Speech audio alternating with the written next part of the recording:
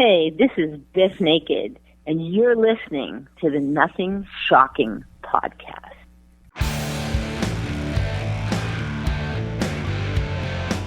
Want to know what's going on in the world of music?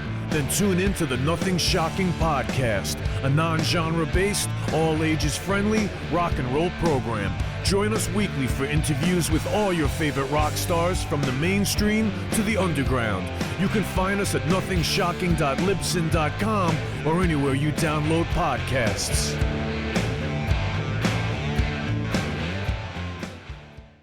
Welcome to the night. You think you know Night Demon? Then the Night Demon Heavy Metal Podcast is for you. Step into the darkness as we peel back the curtain to give you an unprecedented, all-access look into the mind and the heart of the demon. We're talking band history, song analysis, studio anecdotes, stories from the road. It's everything a diehard Night Demon fan could want and more. This is the only place to learn the inside scoop, the deep dive trivia, the untold tales from the band members themselves and those closest to the Night Demon story. Need more? The sacred Night Demon Crypt will be pried open to reveal demo recordings that have never before seen the light of day, all with in-depth commentary by the band and the people who were there for the writing and recording process. This is a gold mine, a treasure trove of all things Night Demon. Head over to nightdemon.net or wherever you listen to podcasts. We're putting the band back together. The numbers all go to 11. I'm talking about bands that rock. Led Zeppelin. What about Sabbath? AC/DC. Motorhead. Does that mean it's louder? Isn't it any louder? Well, it's one louder, isn't it? We're not worthy. We're not worthy. Why don't you just make 10 louder and make 10 be the top number and make that a little louder? These go to 11. I get up off the ground and raise my head. Days like this, think I should be dead. One for Satan, two for me. Let's cheat the devil, it's fun, don't you agree? Welcome to the Nothing Shocking podcast. I'm your co-host, Jeff Untied, and with me in Dog Bowl Studios is Coach Nuz. You can find the Nothing Shocking podcast on Libsyn or any pod catchers. Like our Facebook page or follow us on Twitter at NoShockPod. You can also find the Nothing Shocking podcast on Rock Rage Radio every Sunday morning at 7 a.m. Central Time. Our sponsor is Ragged Records, located in downtown Rock Island, Illinois, and downtown Davenport, Iowa. We would like to thank the Hong Kong Sleepover for allowing us to use their music for our intro and bumper ending. Tonight's guest is Canadian singer-songwriter Biff Naked. Biff Naked. She's also promoting her upcoming album. It hasn't been dated yet for a release. Champion. Yep, that's coming out, I believe, in 2022. You can be anticipating that coming out either spring or summer, I'd be guessing. What's really cool about her music is she does everything from like punk to spoken word to pop to rock. Yes, she does. It's pretty cool. She's also writing 2 books, correct? Yes. One on cancer and breast cancer survivor. Yes, and one on poetry. Poetry, yep. And while we're talking about her business ventures, she's also has her own CBD business. And what's that called? Mona Lisa Healing. Yeah, Mona Lisa Healing. So fantastic interview, new album on the horizon, new books on the horizon, and CBD business. So let's get to that interview. All right, good night. Good night.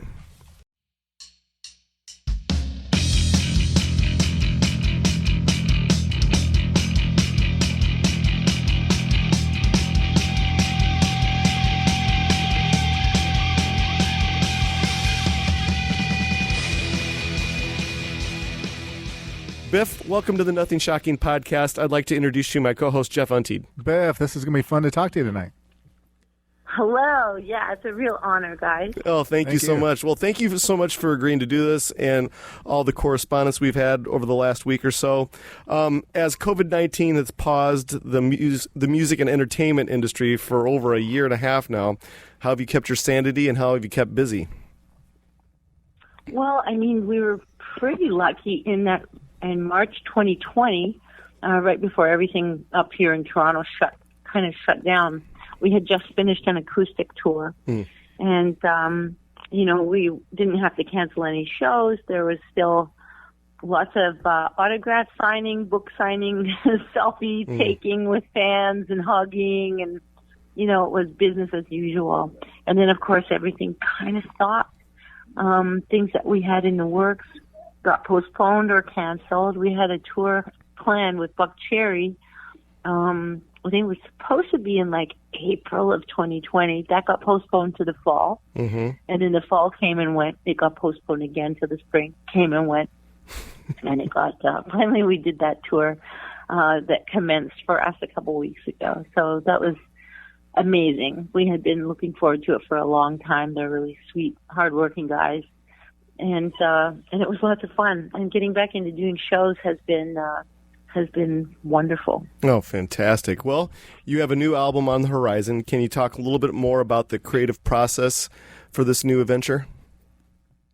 The pandemic actually really helped in a big way because we kind of thought it was in the can when we released Jim, which was in February of 2020.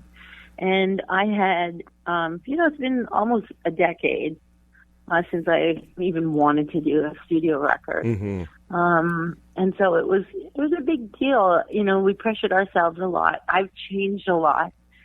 Doug Fury's changed a lot, and Snake is a different kind of writer than we're used to writing with. So it was a new uncharted territory for me creatively, and I was fiercely proud of it and fiercely protective of it. So in this day and age, people don't really, it's not just that they don't have to pay for music, it's that they don't have to get the whole album. Yeah. They can just cherry pick. And, I'm an old bitch. That just bugs me.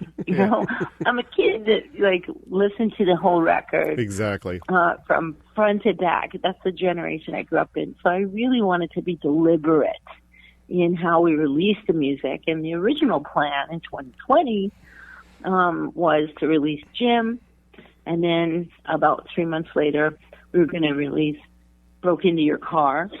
And then I had my third single ready for the fall of 2020, at which time we would also release all of the songs as a whole record. And of course, by the time we released Jim, it became clear, just with everything going, there was a lot of real uncertainty and weirdness still in 2020 surrounding COVID-19 and coronavirus, and it was just still a big mystery. And it was a massive concern for people. Stuff was starting to close down. People were getting sick. People were dying. And then there was a real uprising socially. And there was a racial reckoning that was happening, especially here in North America, particularly in the United States. I just really felt that my record was not as important. I was just no, I don't. It is not the right time for Biff Naked up in Canada to release a rock album, because all this other stuff is more, to me, it was more important to me personally, and to people in general. So I kind of pushed everything back. We just kind of started waiting. And then, with the summer of 2020, things were going insane. There was a lot of violence. There was a lot of unease, uncertainty. And it just became really clear that, it just wasn't my time. It wasn't my time. These other things were more important to me. And I'm glad, because we started revisiting the mixes, because we can't leave well enough alone.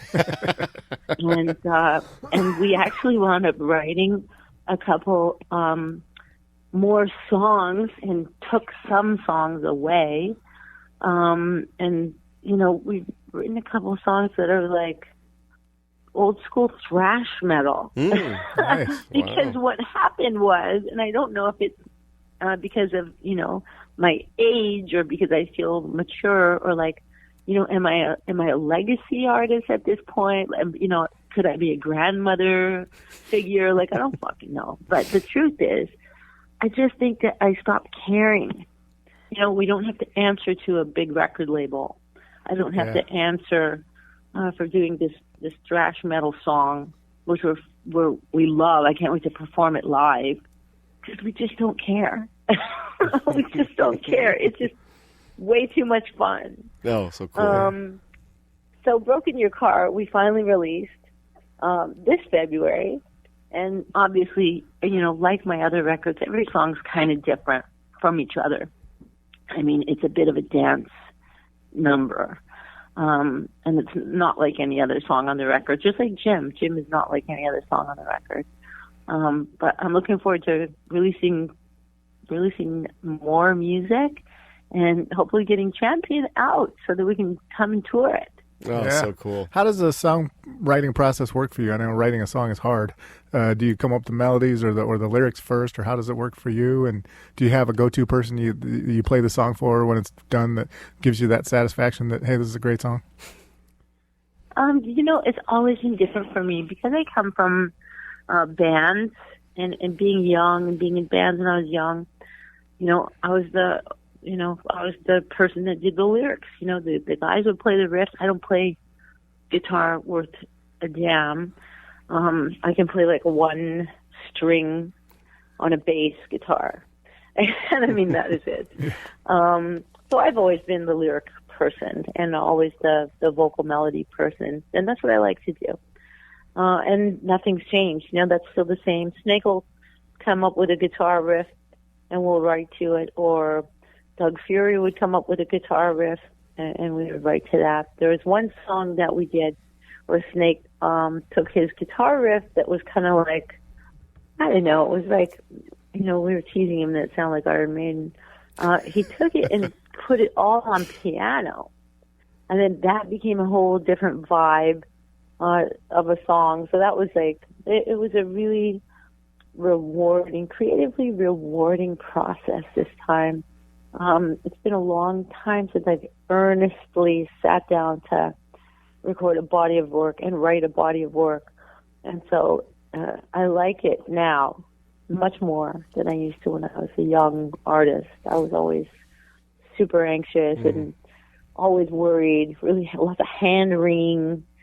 And now I just hope that someday we can all get back to mosh pits and doing what we love. That's really the bottom line. I mean, and I think every artist is the same. There's really it's not a revenue source, really, for anyone. No one is delusional like they used to be. I think bands used to be deluded into thinking that they would become, millionaires, or they could become Guns N' Roses, or they could, and I think that that's gone now, which is important because it forces artists to make art for the sheer fun of it. As you have matured as an artist in your writing and recording process for new music, how has it evolved for you? Can you kind of compare and contrast your new stuff, writing for your new stuff, opposed to back in your younger years or days? I think that I was really hung up on language. I was always super concerned that I needed to be really clever lyrically. And I think I was trying to impress the other band more than I was trying to impress myself or even fans. I think that I was always just a little self-conscious. I didn't want to be too fluffy and romantic because, of course, I always felt like the only girl at some of these festivals. And, I wanted to be considered very tough. I wanted to, kind of write a little bit of a harder edge lyric. And now I find what's changed for me is that I like it to be simple. I think that I can go back and look at all these old songs on all my records and go, oh my God, like so many words, you dummy. I think I could have just kept it so simple. My songwriting has changed so much. It's just, really, do I really need to rhyme the word psychopharmacology? Really? Why did I feel, and I remember it so well, like it was so important to me to get that word in the line. It was just so dumb. It just makes me laugh now. But I love songwriting. That's never changed. And I have discovered that the truth is I just really love to sing. Awesome. Well said.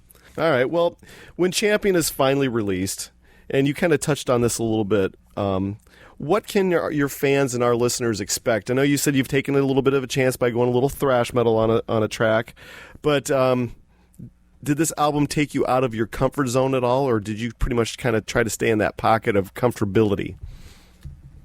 Oh, totally out of my comfort zone. There's a song that I cannot sing without crying. I mean, it's like, I am so lame. I'm like, why am I so emotional about this song? It's not even a ballad. Like, how lame am I? Am I like some middle-aged hag that I can't keep a handle on my emotions? What's wrong with me? But, ultimately, I think that I'm really emotionally attached to some of these songs.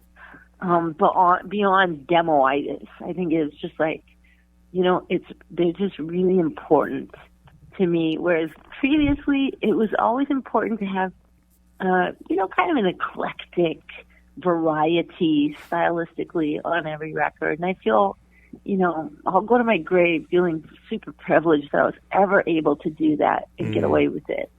Because it just enabled us to do any kind of tour. We could tour with Kid Rock or we could tour with Lilith Fair, by just changing up the repertoire kind of thing. Yeah, sure. And it allowed me a great flexibility as a performer. And I think with this record, I think that there's definitely a thread that is woven throughout every song that for me is super emotional. I mean, there's a song we have called Stay in Your Lane. It's so aggro and so angry. And I just think, oh my, where's all the anger coming from, the pent-up anger? But, I think that in the last year and a half, I think that all of us, no matter how practical we are or how smart or how pragmatic we are, I just think that it's like a bit of a subconscious response to everything that's been going on. Mm-hmm. And I think that it really did show up in some of the writing. And so I feel obviously, attached to the record, but I feel like having the extra time to kind of fine-tune the writing and, and fine-tune the mixes. And, of course, now we're at the tail end of all that with mastering and everything. I just feel like, when it's out there, I feel like I could die happy. It's been such a long process for us that at this point, it's part of me just kind of wants to wash it off. Sure. In a way, so that we can get on with touring. Mm-hmm. That's all I want to do is tour. I'm ready to starve in a van. I would love to do that. Jeff, take the next one. I was just going to say, your songs have been featured on various soundtracks, and you've actually dabbled a little bit in acting. Do you still pursue the acting career, and how was that transition from singing to acting? I just think that if I always say nice work if you can get it. So last week in Canada, up here, there's a show called Jan, which is with this famous singer-songwriter named Jan Arden. So she has a sitcom that's a national, successful sitcom, and I was able to go and do a line on there. One line. I was ecstatic. I was elated. And then I was asked to guest host our Canadian version of Drag Race show called Canada's Drag Race, and that's going to air on Thursday night. Cool. Again, nice work if you can get it. I loved every single minute that I was able to be a guest judge, except, big surprise, I cried. And then, of course, the other hosts or judges were just like, you're fired. Like, how can you be so nice? You have to be mean. You have to cut someone. I'm like, but they're all just so good, and they just try so hard. I love them. God, I think that I would love to do television, really and truly. I think it's a really fun medium, but it's unforgiving. It is. Yeah. Yes, it is. All those TV people look a certain way. They do. And I basically look like the female version of Danny Trejo. Okay. So it's like, it's just not, I just think, I don't know if it's going to work out for me in TV. I don't know. Well, let's lots of fun. Oh, well, let's take this to a totally different direction here. You're in the process of writing 2 new books. Can you talk a little bit more yourself as an author? And can you kind of shed some light to us and our listeners over the subject matter of these 2 new books that you're authoring? Well, honestly, there's one book that I've been writing for, it feels like a decade, but it's only been about half of that.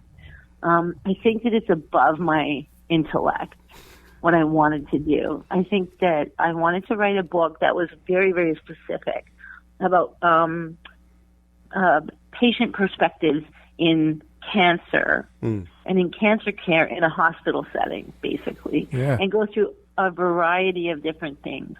Whether it is the different palliative care protocols and treatment paradigms of the different, it's geeky stuff. It's like a geek book, basically. Mm-hmm. But I felt, having the luck of having the lived experience with breast cancer, I was so happy to be enmeshed in cancer care because I learned so much about the shortfalls of the healthcare system in Canada, basically. And so in a nutshell, I just kind of wanted to write a book that really highlighted the pros and cons, if you will. And, not just a regular run-of-the-mill, here's my tips, on surviving breast cancer and winning or, whatever motivational stuff is out there. There's a million books. But for me, I became very passionate about the system itself and about healthcare. And, Canada has a great reputation globally for our healthcare systems. And, hey, we don't pay for chemo, okay? We don't have to pay for chemo. But let me tell you, I did have to pay for any drug that I needed, like when I got a blood clot, for example, I had to go on Fragment. But because the Fragment prescription wasn't affecting the cancer cells specifically, I had to pay for it. And so, and I know that, I'm kind of singing to the choir here because in America, I know it's very different. But in Canada, we're not supposed to pay for anything. So of course we're outraged that we have to pay for anything. And there's a huge population up here who cannot afford medication. Mm-hmm. And so anyway, there's a lot of my book that has everything to do with equity and health equity and social justice in healthcare. So that's one of the books, which is why it's taking so long, because it makes my brain hurt. And it takes a lot of research.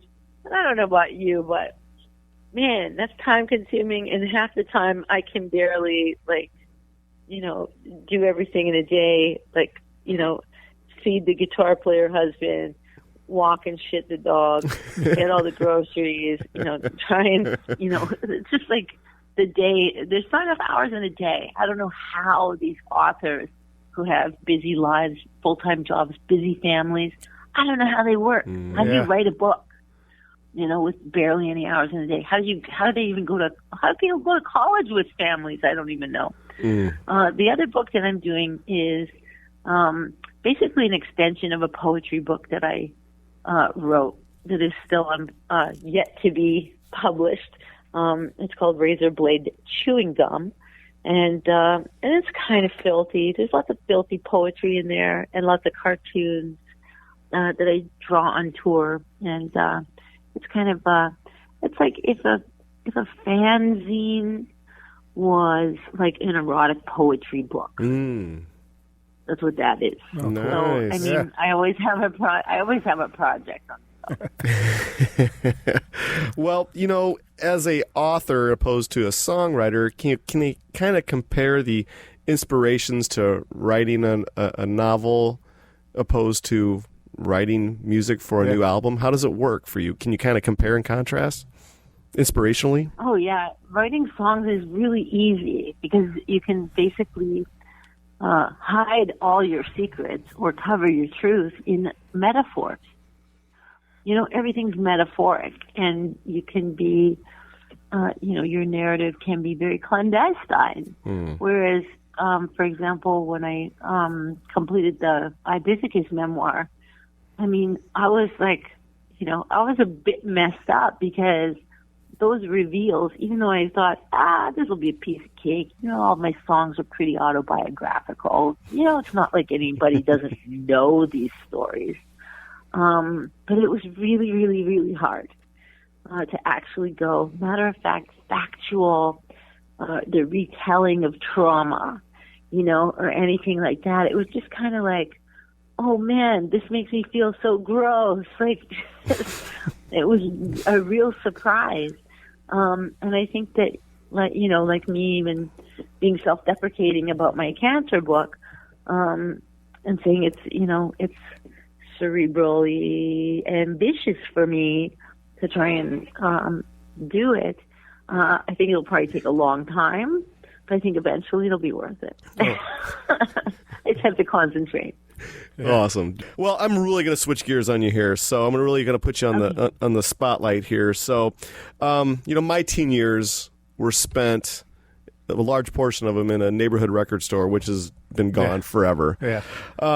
With streaming and downloading, music has kind of taken the record store industry and kind of put it in the tank.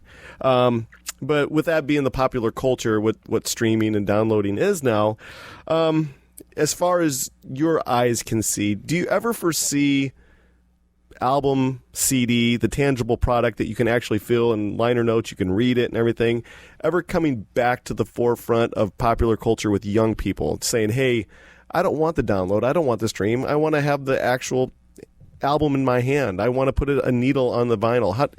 What are your thoughts? Well, I think the internet, somebody's going to shut the switch off. What if you don't have any Wi-Fi or cellular service? Yeah. What are you going to listen to? Exactly. It's happened to me a few times. I think young people, things are so retro. 90s are retro right now, which is really weird.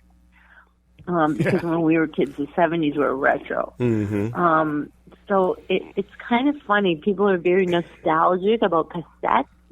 So a lot of bands are putting cassettes out, and I mean, it's a bit of a collector's item. Like when, Metallica's last record came out, we bought everything. We bought the vinyl, we bought a cassette, we bought a CD, we got the download. We were like, oh, this is the greatest.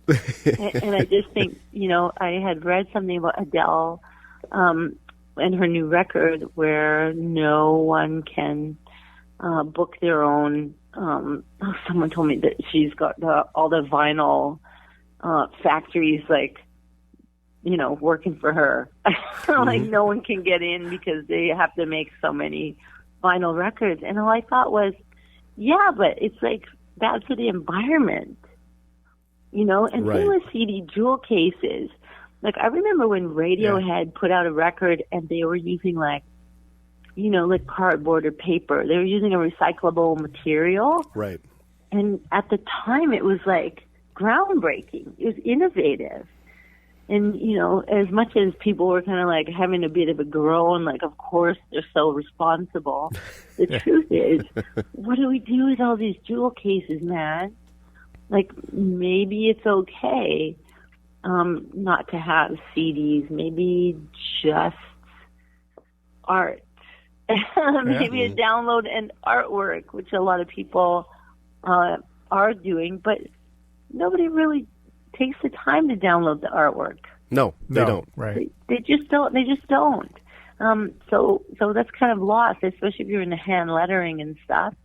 You can do it as a Patreon or this kind of, type of bundles that people get. You could get a special bundle with the artwork and stuff. But do people really do that if it's just easier to just listen?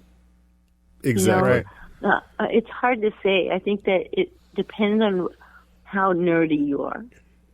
Well, then I must be very nerdy because I'm a tangible kind of guy. Yeah. And I guess the thing that gets me, and we talk on the podcast about this quite a bit, but with artists releasing singles at a time opposed to releasing full-length albums, or not even some are releasing 6-song EPs now or whatever. If you're lucky, we have lost the art of the deep cut. There's no deep cuts anymore. Yeah. And right. What is your thought process on that when we're seeing everything is everything is supposed to be as the songs are supposed 1 through 5 on the EP have got to be as strong as the other one. There can't be anything where the band just kind of goes in and just kind of has a jam song or whatever. Yeah. It's lost. Yes, I know. I think that's funny, and I also think that what's lost is the crazy little surprises between the songs.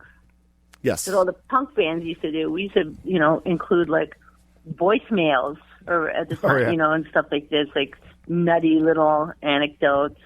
I don't know, to keep it creative. I still like secret tracks. Yes. Yeah. And we are planning to do that for Champion. Because it's funny. Some of that stuff is funny, and same with spoken word. Yeah. We are going to pepper a couple of spoken word pieces in between Champion, in between the songs. Oh, nice. So, I mean, I don't know. It's we work with what we can get away with working with. I mean, as a consumer and a music fan myself, I subscribe to everything because I love music. I listen to music constantly. And if it's not like Nusrat said Ali Khan, it's Fugazi. And if it's not that, it's Tony Braxton. I like all kinds of music so much. Really, it's just a running soundtrack in my entire day. And so me personally, I buy CDs. I love secondhand record stores, secondhand CDs, cassettes. And yeah, I subscribe to everything I can. Oh, so cool. Well, actually, that's probably not true. I subscribe to Apple Music and Spotify. I don't have a subscription to anything else, but I pay for stuff on iTunes because I'm older. Mm-hmm. Like, I didn't know how to stream. It just wasn't. It's just not how we're built. Right. Exactly. I mean, I didn't know how to download and rip stuff off. I mean, I don't know. It's just not in me. Even if I was just a dishwasher and not a musician, I still would be the same. It's just easier to pay every month or to buy a record, Exactly. Yeah. Jeff, go ahead. What you were mentioning listening to some bands that you like. What are some of the bands you like nowadays? Oh, good heavens! You know what? You guys had a band. Is it called the Hong Kong? What is it called? The Hong Kong Sleepover. Yep. I flipped out. Like, I literally went and checked them out based on you guys using their songs. Oh, cool. And I lost my mind. Awesome. They were so good. So bands like that, like Red Fang, and this Canadian band called Vicious Cycles. There's a band in Toronto called the Damnations that really started out as an AC/DC tribute band. Mm-hmm. But they're so good. These guys are stars. And, I love rock and roll. I'm kind of rediscovering chopper rock, motorcycle rock for some reason. I'm not sure why, but I'm just in love with it right now. I love old school hip hop. I love country. There's nothing I don't like. There's a band called Benny Sizzler from Rhode Island that are insane. They're so good. And of course, stuff like, I'll never get tired of Mastodon. I'll never get tired of Metallica. I'll never get tired of, these bands that I've always loved and liked. Plus, all my yoga music. I love Krishna Das. I love it.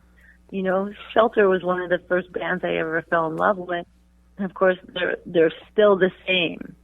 They're still Hare Krishna devotees, and now they're all, yoga gurus and, they have podcasts and still make music. I mean, it's endless. I could talk about it for hours. I love so many different bands. Oh, so yeah, cool. That's cool. So I'm going to put you guys all into the spot right now. So we're all going to share the last album we purchased. So, Biff, what was the last album you purchased? Oh, my God. I can look at my iTunes right now and tell you because I can't pronounce it. I have to get my reading glasses. Oh, here we go. And it's another thing because I saw a post about this person, and I was like, I have to discover what this is. So her name is Aruj Aftab. And it was an amazing record called Vulture Prince that I think is the latest record that they have put out. Anyway, and I highly recommend Arooj, Arooj Aftab. Oh, very the cool. last thing I bought. It was like 2 days ago. Oh, so cool. Jeff, what was the last thing you purchased? I'm a Jeffrey Scott Soto fan, and so I picked up a band called Eyes. It was from the 1990s, right about the time he came out or joined Talisman. Oh, so cool. Well, I purchased the new Julian K EP. Nice. It came to my doorstep yesterday.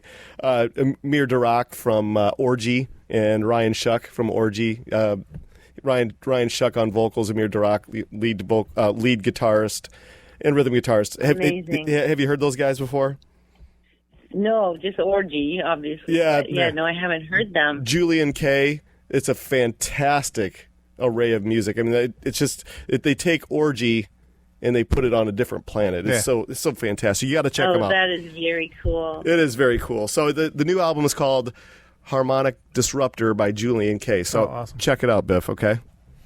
I will. I'm looking it up right now. Harmonic Disruptor. It's awesome. But I got to tell you, the double album they came out with before this new one is called California Noir, and it is something special. Double album. I listen to it consistently. Guarantee you won't be disappointed with it. You got to get it. It's awesome. Yeah. Awesome. So let's change the subject here a little bit. You were talking to me through an email saying that you live with a rabid Kiss fan. Can you talk a little bit more about this? He's insane. So I married Snake. Snake has been collecting Kiss since he was a kid. Awesome. And I live in an apartment that looks like a Kiss museum. So it's just got Kiss posters. And if you go to, I don't know if you see a lot of it on my Instagram, but you can see a lot of it on his Instagram, which is Steve Snake Allen. Mm-hmm. He has been a lifelong Kiss fan and a card-carrying member of the Kiss Army since he's 7. He has every lunchbox. He has every Kiss doll. I call them the men, which makes him very mad because they're not men. They're Kiss figurines. He has everything, like everything. He has, all the guitars that Paul Stanley plays. He has the same ones. He buys all these guitars and has a Kiss pinball machine. There are Kiss light-up posters that hang above my bed, for God's sake. I mean, it's insane. And he loves Kiss. He just loves Kiss. We got a Yorkie that was rehomed to us last year, and her name is Ace Frehley. So cool. Yeah, he loves Kiss. He was not a Biff Naked fan. He plays in my band now. But yeah, he was not a fan. He only likes Kiss. He doesn't listen to anything else. He doesn't like anything else. He likes Kiss. Yeah, you like what you like, right? Yeah. Yeah, exactly. And I said, and I come from such a, such a punk roots, and then, I'm an alternative kid from the 90s. Yeah. We listened to everything. Yeah. Like, there was not a genre of music that we didn't listen to. And that was not his experience at all. We come from two completely different places. Yeah, so cool. All right, so Jeff, I have one last question. Do you have anything left on your list of things that you would like to ask Biff here before I go to my last question? I was just going to ask you about your side hustle. You have a CBD company. Can you talk about that a little bit?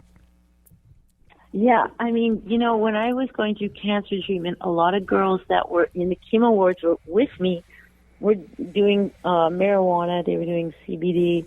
And, I was a straight edge for a really long time, so it just kind of never really occurred to me to investigate any of that. Yeah. Fast forward, 10 years, and my manager and his wife, who is my best friend, started a CBD company because between her mother, who has Parkinson's, and my manager, who's a martial artist, he had sciatica, they started to explore the world of CBD for these ailments, and it was helping them. But maybe like America, too, there's a million products. There's like a million products. You can get it on the Internet. Mm-hmm. You can get it from China. You can get it from... And you don't know what's in it, really. There is no regulatory body that's going to go check. It's just like protein powder. Nobody really checks and says, yup, you got it. 33 grams of protein in this hemp stuff. Who checks? Like, really? So they developed their own isolate, which was pure. It was coconut oil. It was vegan. It wasn't tested on animals. It was all the, boxes that I would need ticked. And Snake was having trouble with sleeping, and so we got some for him, and suddenly he slept like a baby. My sister has knee pain. Suddenly that was gone, and I was like, that's it. I'm sold. And so then I kind of discovered the world of CBD, and it was really interesting how it helped so many people. And the company was very ethical and very forthright. And I just wanted to be involved. And now, of course, having a pet, I know the benefits of CBD for pets, especially senior pets. And I could talk about it forever. But Mona Lisa Healing is the company, and basically, it's a wellness company. Very cool. It's all about wellness. The laws up here in Canada are funny, and CBD, which you and I know, it's probably kind of a food supplement. Yeah. But up here it still falls under the cannabis laws. So I can never really tell from one day to the next whether or not I'm going to go to jail. But again, my Danny Trejo look will benefit me if that happens. So I'm not really that worried about it. Well, Jeff stole my last question there, so I guess I want to answer that one. So anyway, we are out of our allotted time, but before we let you go for the evening, is there anything that you would like to promote or plug that we did not cover tonight? Well, because I'm a grown-up now, it was only natural for me as a tour manager all these years to start managing acts. And I manage a young artist in Toronto, and her name is Dellen Gray. Oh, cool. And Dellen is just the most amazing, prolific singer-songwriter that I've ever come across. She reminds me a lot of myself when I was 21, and I encourage you to check Dellen out. Absolutely. Dellyn is how you spell her name, Dellen Gray. Very good. Well, we want to thank you for your participation on the Nothing Shocking podcast.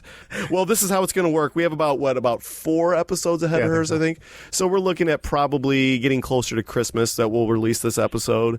And then when it's ready to go and it's all edited by Jeff, the editing wizard here, I will send it to you immedially. Sound good? Awesome. That's wonderful. I really, really appreciate it. It's been a lot of fun, guys. Yeah, you've been a blast having on the show. And do me a favor, check out Julian K, and then when you listen to it, text me and tell me what you thought. Okay, yeah, I will for sure. All right, man. Thank you so much. Okay, bye, guys. Take care. Bye-bye. Bye.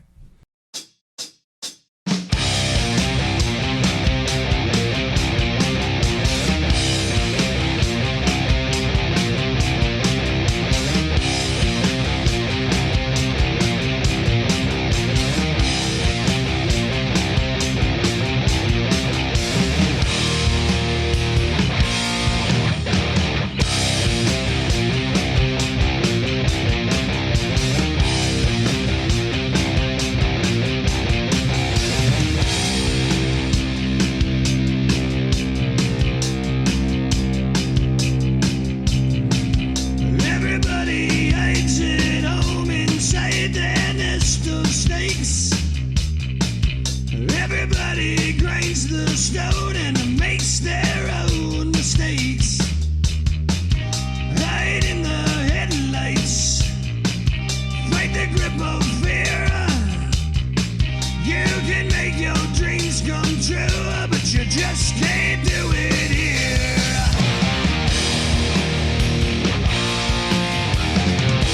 Hey.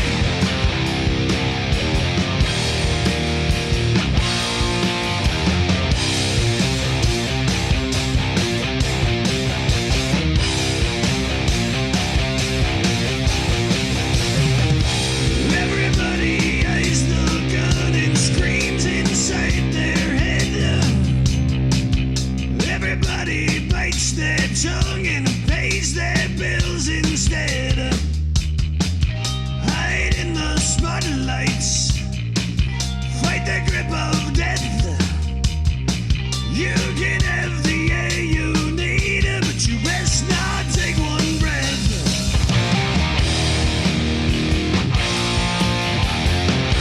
Hey.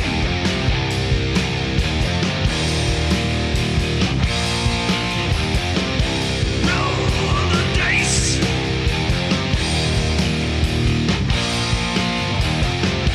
Take your chances.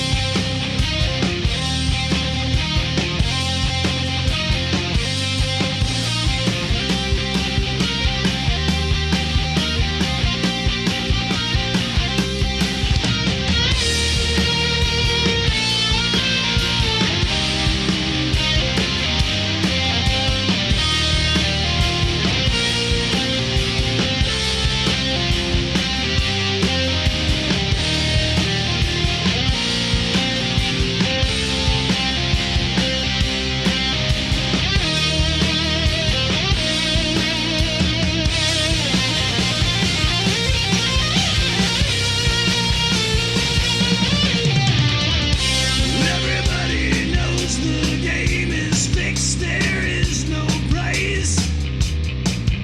Everybody pulls the plug and says their last goodbyes. Move to the sunshine, fight the grip of nights. If they ever say